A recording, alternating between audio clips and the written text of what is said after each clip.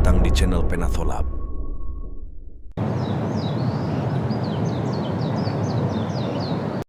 Dalam sebuah hadis yang diriwayatkan oleh Imam At-Tirmidzi dan disahihkan oleh Imam Al-Albani alaihi rahmatullah dalam Sahih Sunan At-Tirmidzi dari sahabat Zaid bin Thabit radhiyallahu taala anhu wa ardhah.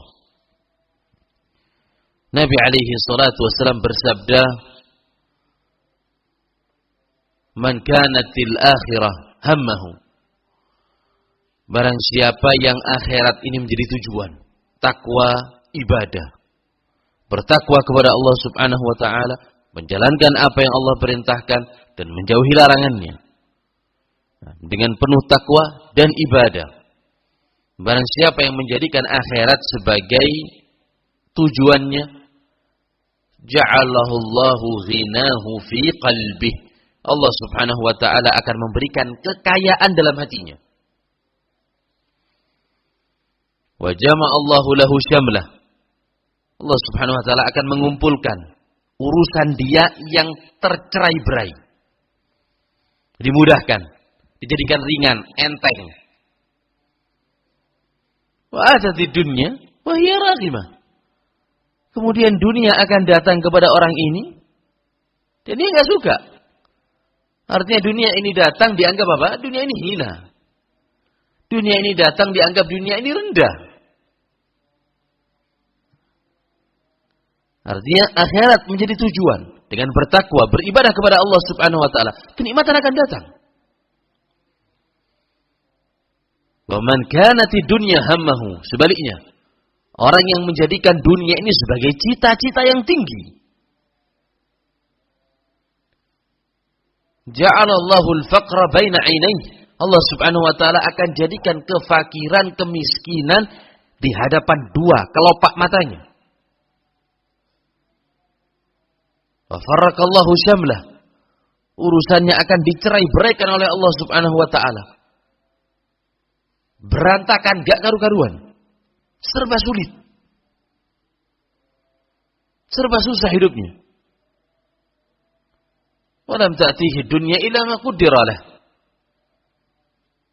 Dan dunia ini tidak datang kepada dia kecuali yang telah Allah Subhanahu wa taala tetapkan.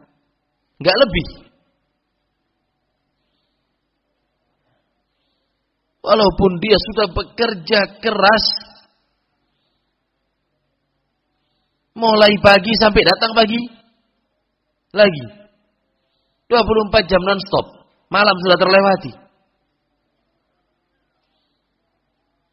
Bahkan dengan mengorbankan peribadatan kepada Allah Subhanahu wa taala, salatnya ditinggal. Bahkan terkadang mungkin dengan mengorbankan hak istri, hak anak-anak, hak keluarga, bahkan hak kedua orang tuanya, dia lepas demi dunia.